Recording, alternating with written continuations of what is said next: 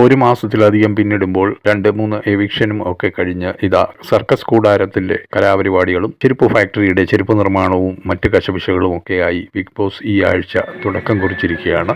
അപ്പോൾ ഇന്നത്തെ ഈ ആഴ്ചത്തെ ഹൈലൈറ്റ്സ് പുറകെ വീഡിയോയിൽ വരുന്നതാണ്.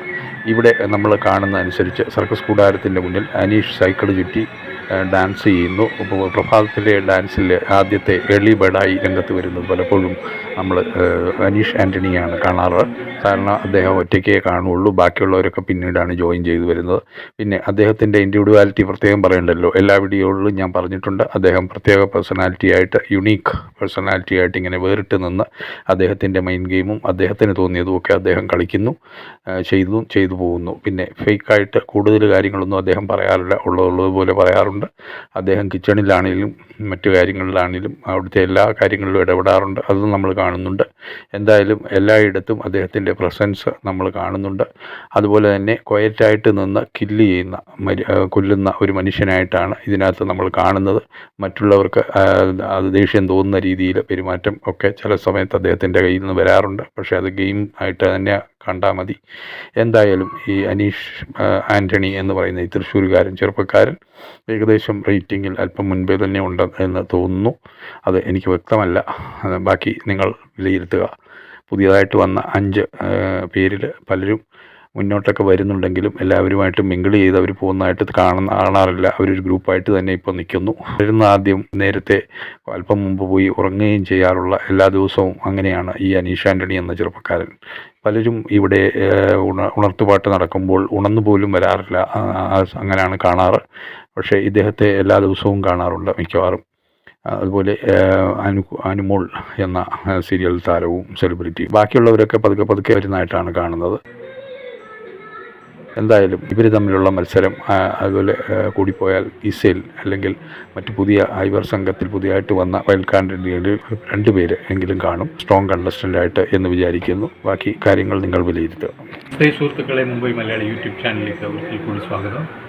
വീണ്ടും ബിഗ് ബോസ് എന്ന ഒരു ഇപ്പോഴത്തെ ആനുകാലികമായ റിയാലിറ്റി ഷോ, അതിനെക്കുറിച്ചുള്ള അതിൻ്റെ ആവേശത്തിലേക്ക് പോയിക്കൊണ്ടിരിക്കുന്ന സമയങ്ങളാണിപ്പോൾ. ഏകദേശം 36 ദിവസം പിന്നിട്ട് കഴിഞ്ഞപ്പോൾ കഴിഞ്ഞ ദിവസം നമ്മൾ കണ്ടതനുസരിച്ച് ചൈത്യ എന്ന് പറയുന്ന കണ്ടസ്റ്റൻറ്റും അപ്പാനി ശരത് ഇങ്ങനെ 2 പേര് എവിക്ഷനായി പുറത്തു പോകുന്നത് നമ്മൾ കണ്ടു.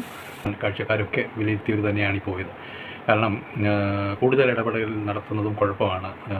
ബിഗ് ബോസ് ഷോയിൽ ഒരു ഗെയിം കളിക്കുമ്പോൾ എല്ലാ ഇടങ്ങളിലും ചെന്ന് കൂടുതൽ ഇടപെടലുകൾ നടത്തുക, അതാണ് അപ്പാനി ശരത്തിന് പറ്റിയെന്ന് തോന്നുന്നു. അതിനോടൊപ്പം തന്നെ ചിലപ്പോൾ അതൊരു കണ്ടൻ്റ് ആക്കാൻ വേണ്ടിയിട്ട് ആക്രോശിച്ച് സംസാരിക്കുമ്പോൾ അറിയാതെ വീണു പോകുന്ന വാക്കുകൾ, അത് തെറ്റായി പോകുമ്പോൾ ചിലപ്പോൾ ചീത്തയായി മാറുമ്പോൾ അതും അവരെ ബാധിക്കും.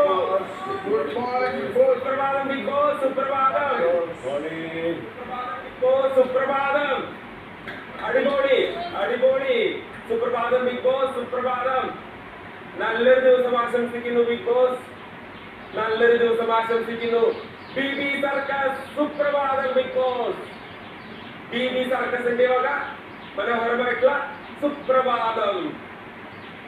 സുപ്രഭാതം ബിഗ് ബോസ്, സുപ്രഭാതം.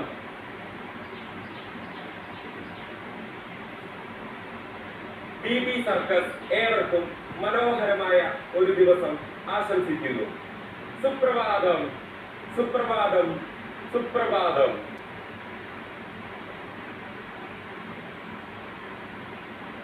ശൈത്യയും അത് തന്നെയാണ് പറഞ്ഞത്. അവർ പുറത്തുനിന്ന് അകത്തോട്ട് കയറിയപ്പോൾ കണ്ട രീതികളൊന്നും അല്ല അവിടെ കണ്ടത്.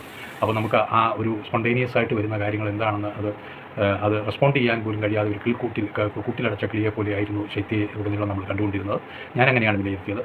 എന്ത് ചെയ്യണമെന്ന് അറിയാൻ വയ്യാത്ത ഒരു ഡിലെമ എന്ന് പറയുന്ന ഒരവസ്ഥ. അപ്പോൾ അതിലേക്ക് വന്നപ്പോൾ അവർക്ക് ഡിസിഷൻ എടുക്കാൻ പോലും വൈകിപ്പോയി. അവർ അതിന് മുമ്പേ തന്നെ ഒരുപക്ഷേ ബിഗ് ബോസ് തീരുമാനമെടുത്ത് കാണും.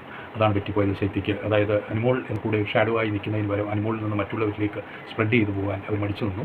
അവസാന നിമിഷങ്ങളിൽ അത് ഉണ്ടായി. അവർ സ്പ്രെഡ് ചെയ്ത് അവിടെയൊക്കെ ഗെയിം കളിക്കുവാനായിട്ട് കണ്ടന്റുകൾ സൃഷ്ടിക്കുവാനായിട്ട് ശ്രമിച്ചു നോക്കി. ഒരിക്കലും ആരോടുമായിട്ടും ചൂടായി വർത്താനം പറയാത്ത ശൈത്യ സന്തോഷ് ഒരിക്കൽ ജയിലിൻ്റെ നേരെ പോയി ജയിലിൽ കിടന്ന അനുമോളുമായിട്ട് ആക്രോശിക്കുന്നത് കേട്ടു. അതൊക്കെ അവർ പിന്നീട് ഗെയിം പ്ലാൻ മനസ്സിൽ കണ്ടുകൊണ്ട് തന്നെ ചെയ്തതാകാം. പക്ഷേ അത് നല്ലത്, പക്ഷേ വൈകിപ്പോയി. അതാണ് സംഭവിച്ചത്. അപ്പോൾ ഇതാണ് സ്ഥിതി. അപ്പോൾ പുറത്ത് മറ്റ് യൂട്യൂബ് വീഡിയോകളിലൊക്കെ കണ്ട പോലെ ഞാൻ തന്നെ ഇവിടെ വീട്ടിൽ ഞങ്ങളൊക്കെ കാണാറുണ്ട് ഇടയ്ക്ക്. അപ്പോൾ ഈ ഷോ അതിൽ വിലയിരുത്തിയ പോലെ ആദ്യം തൊട്ട് തന്നെ ഞാൻ പറയുന്നു, ഈ അനീഷ് ആൻ്റണി എന്ന് പറയുന്ന തൃശ്ശൂരുകാരൻ, ഈ ചെറുപ്പക്കാരൻ തീർച്ചയായും ഫൈനലിസ്റ്റിൽ വരാൻ യോഗ്യതയുള്ള ഒരാളാണ്. അദ്ദേഹത്തിൻ്റെ വേറിട്ട നിലയിലുള്ള ഒരു ഗെയിം ഷോ പ്രകടനം, അല്ലെങ്കിൽ മൈൻഡ് ഗെയിം ആണെങ്കിലും ഏത് ഗെയിമാണെങ്കിലും എന്താണ് അദ്ദേഹത്തിൻ്റെ മനസ്സിലെന്ന് ആർക്കും പറയാൻ പറ്റാത്ത രീതിയിൽ, പിടികൊടുക്കാത്ത രീതിയിൽ അദ്ദേഹം അവിടെ നിന്ന് പോകുന്നു എന്നുള്ളതാണ് അദ്ദേഹത്തിൻ്റെ പ്രത്യേകത തന്നെ. അതുപോലെ തന്നെ അദ്ദേഹം ഒരു ഡീസൻറ്റ് ജെൻറ്റിൽമാൻ എന്ന കാറ്റഗറിയിൽ പെടുത്താവുന്ന ഒരു മനുഷ്യനായിട്ടാണ് ഞാൻ കഴിഞ്ഞ വീഡിയോയിൽ പറഞ്ഞിരുന്നു നിഷാനിനെ കുറിച്ച്. അതുപോലെ എർലി ബേർഡാണ് എന്നുള്ള ഒരു ഇതിൽ പെടുത്താൻ അദ്ദേഹത്തെ. എർലി ബേർഡ് എന്ന് പറയുമ്പോൾ നമ്മൾ അതിരാവിലെ എണീക്കുന്നു, കൃത്യനിർവഹണങ്ങൾ നടത്തുന്നു, വൃത്തിയും വെടിപ്പുള്ള ആൾ, ഇതൊക്കെ അദ്ദേഹത്തിൻ്റെ ഗുണങ്ങളാണ്. അതൊക്കെ നമ്മൾ പറയുമ്പോൾ മറ്റ് മോശമായ കാര്യങ്ങൾ കൂടി പറയണമല്ലോ. അദ്ദേഹം കൂടുതൽ സംസാരിച്ച് വരുമ്പോൾ ചിലപ്പോൾ അല്പം അരോചകമായി തോന്നാറുണ്ട്. എങ്കിൽ പോലും പര്യവസാനിക്കുന്നത് പിന്നീട് അദ്ദേഹത്തിൻ്റെ നിശബ്ദതയിൽ കൂടി, ശാന്തതയിൽ കൂടി, പല കാര്യങ്ങളിലും ഇടപെടൽ നടത്താത്തതിൽ കൂടി നമുക്ക് അദ്ദേഹത്തെ വിലയിരുത്തുന്നത് അദ്ദേഹം ആവശ്യത്തിന് മാത്രം സംസാരിക്കുന്ന ആൾ എന്നുള്ള ഒരു ക്വാളിറ്റി അദ്ദേഹത്തിന് കിട്ടിയിട്ടുണ്ട്. അദ്ദേഹത്തിൻ്റെ സ്റ്റാൻസ് പറയാനായി അദ്ദേഹം പലവട്ടം അത് ആവർത്തിച്ച് പറഞ്ഞ് ഉറപ്പിക്കുന്ന ഒരാളാണ്. എന്തായാലും അദ്ദേഹത്തിൻ്റെ നാട്ടിലൊക്കെ പോയി യൂട്യൂബ് വീഡിയോ ചെയ്ത ആൾക്കാരുടെ കണ്ടൻറ്റുകളിൽ നിന്ന് ഞാൻ കണ്ടത് അദ്ദേഹത്തെക്കുറിച്ചുള്ള അഭിപ്രായം പിന്നെ ഒരു അല്പം മുന്നിൽ ഇപ്പോൾ റേറ്റിങ്ങിൽ പോലും അനീഷ് കയറി വരുമോ എന്ന സംശയമുണ്ട്. അനിമോളെക്കാട്ടി അനിമോളാണ് റേറ്റിങ്ങിൽ കൂടി നിന്നതെന്നാണ് അറിയുന്നത്. എന്തായാലും നിങ്ങൾ കൂടി വിലയിരുത്തുക, അഭിപ്രായങ്ങൾ പറയുക, കമൻറ്റ് പറയുക. എന്തായാലും ഈ ഷോ മുന്നോട്ട് പോകുമ്പോൾ ഈ വീക്കെൻഡിൽ ആരൊക്കെ എവിക്ഷനായി പോകുമെന്ന് നിങ്ങളൊരു തീരുമാനം പറയുക. അത് കമൻറ്റിൽ രേഖപ്പെടുത്തുക. ഞാൻ എൻ്റെ പോസ്റ്റായിട്ട് യൂട്യൂബിൽ ഇടുന്നുണ്ട് ആരൊക്കെ എവിക്റ്റഡ് ആകുമെന്ന്. അതിൽ നിങ്ങളുടെ ചോയ്സ് എഴുതുക ദയവായി. കമൻറ്റുകൾ വിലപ്പെട്ടതാണ്. അതുപോലെ ലൈക്ക് ചെയ്ത് ഹൈലൈറ്റ്സും ഒക്കെ കണ്ടുകൊണ്ടിരിക്കുന്ന ആൾക്കാർ ദയവായി സബ്സ്ക്രൈബ് ചെയ്യാത്തവർ സബ്സ്ക്രൈബ് ചെയ്യുക. വീണ്ടും അടുത്ത കണ്ടൻറ്റുമായി, അടുത്ത വീഡിയോയുമായി വരുന്നത് വരെ എല്ലാവർക്കും നന്ദി. ജയ് ഭാരത് മാതാ.